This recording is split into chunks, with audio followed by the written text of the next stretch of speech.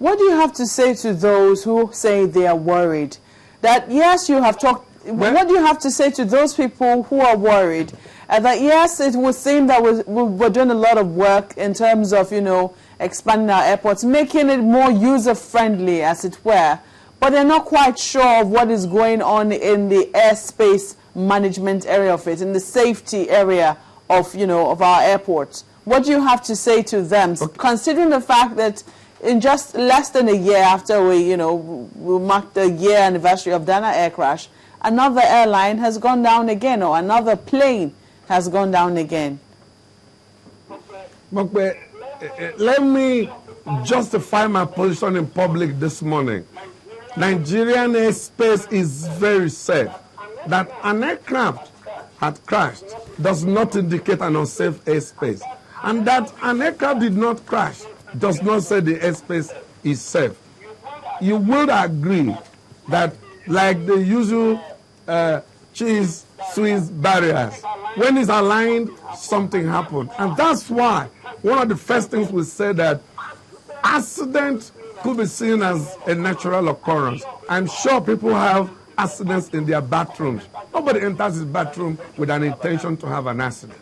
The truth is, what goes on in the airspace, what goes on behind the human capacity development and in providing a safe operation of aircraft cannot be in public domain. It is true that people are seeing the airports today, but you know that in the last 3 years, 2 years, a year ago, what we're busy talking about is, does Nigeria have radar? Does Nigeria have radar? Is the airspace safe? And I was losing weight. That's when I got this gray hair you are looking at. I kept explaining to Nigerians, I kept saying to Nigerians that we do have radar that we are building. And as a matter of fact, even when we finished, I kept coming on to explain. When Dr. Demoren was there, he kept assuring Nigerians that we are working so hard until we got Category 1. And not just a destination of Category 1, we have continued to sustain it.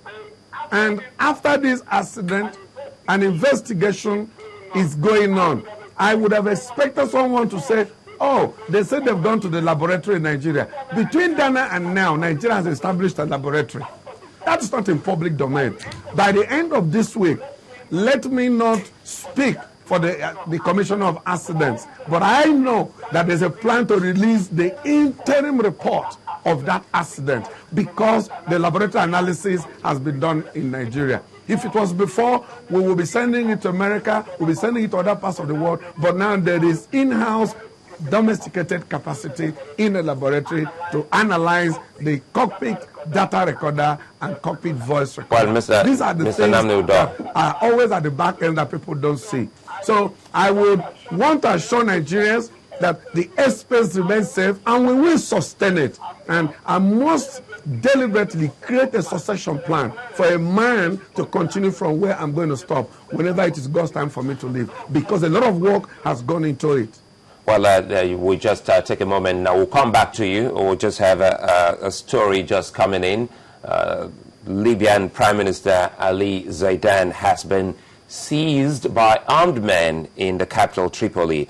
Mr. Zaidan was taken from his hotel at dawn by gunmen to an unknown place for unknown reasons. From a rebel group loosely allied to the government said it had arrested him following a prosecutor's warrant. The government has been under pressure to explain how U.S. commandos were able to seize senior al-Qaeda suspect Anas al-Libi in Libya just last Saturday. He's wanted in the U.S. over the 1998 bombings of U.S. embassies in Kenya and Tanzania. On Monday, Libya demanded an explanation from the United States ambassador over the incident. Once again, Libyan Prime Minister Ali Zaidan has been seized by armed men in the capital, Tripoli. Back to you, Mr. Odo. All right, Mr. Odo, you were talking, when you started, you talked about insurance, how the NTA has worked to ensure that the airlines operating in Nigeria have proper insurance cover. Did Associated Airlines have proper insurance cover?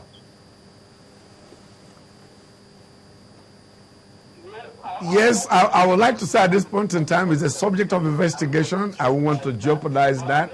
But I mentioned insurance because in the Lagos studio, I remember coming to say something when, particularly Moakwe was asking me that somebody from a political party was saying that we're talking of insurance because we want to create business for insurance people. And I categorically rejected that by saying that we should use this medium to let Nigerians know that to fly in any aeroplane for private user category for non-hire and reward, those people should not fly those aeroplanes. And if you want to use an aeroplane for charter services, go and get an appropriate insurance and duly inform the Director General of NCA. That's what I said. And I quoted the law that day from the Nigerian Civil Aviation Regulation.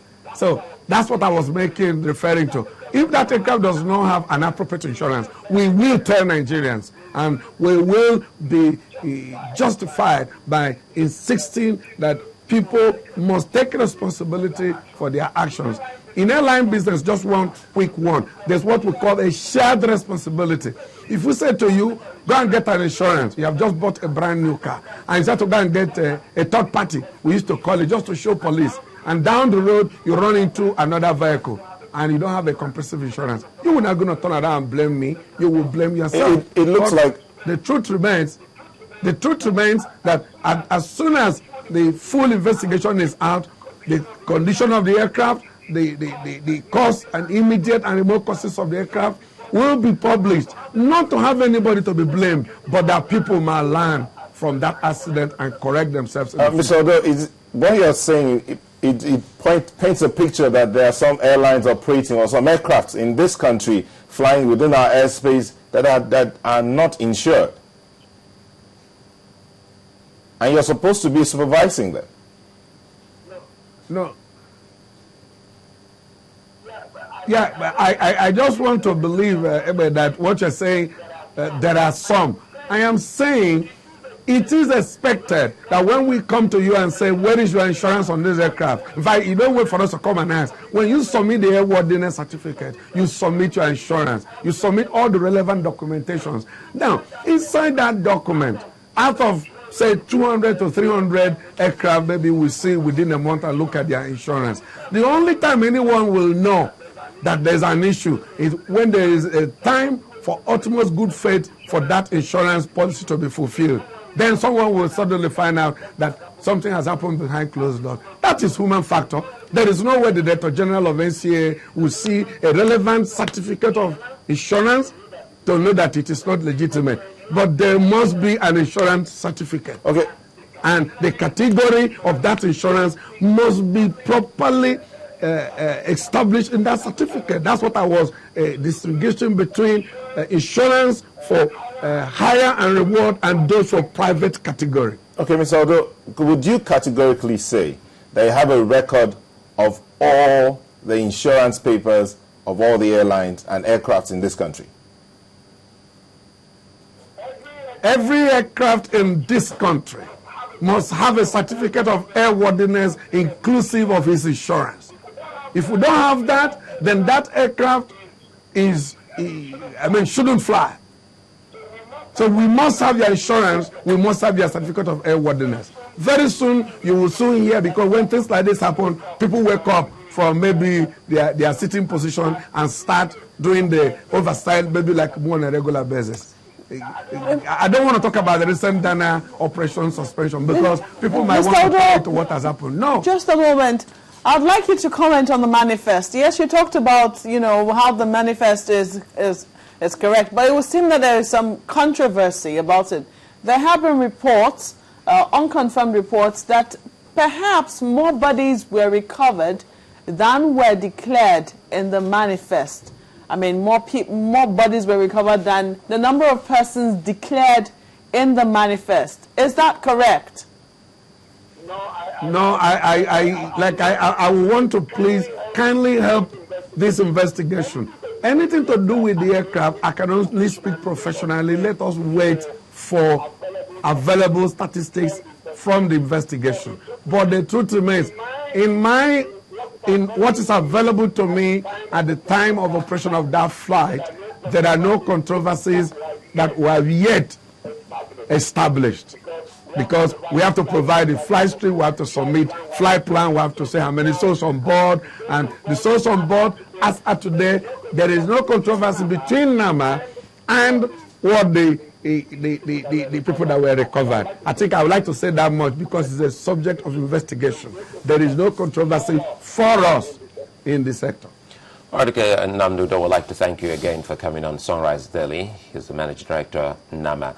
We'll look forward to that Senate hearing or invitation so that, as you rightly said, we can get to see the true picture of what actually transpired or what is happening in the aviation sector. Another moment here on Sunrise Daily, and we'll be back shortly to look at another issue which we started off yesterday. Stay with us.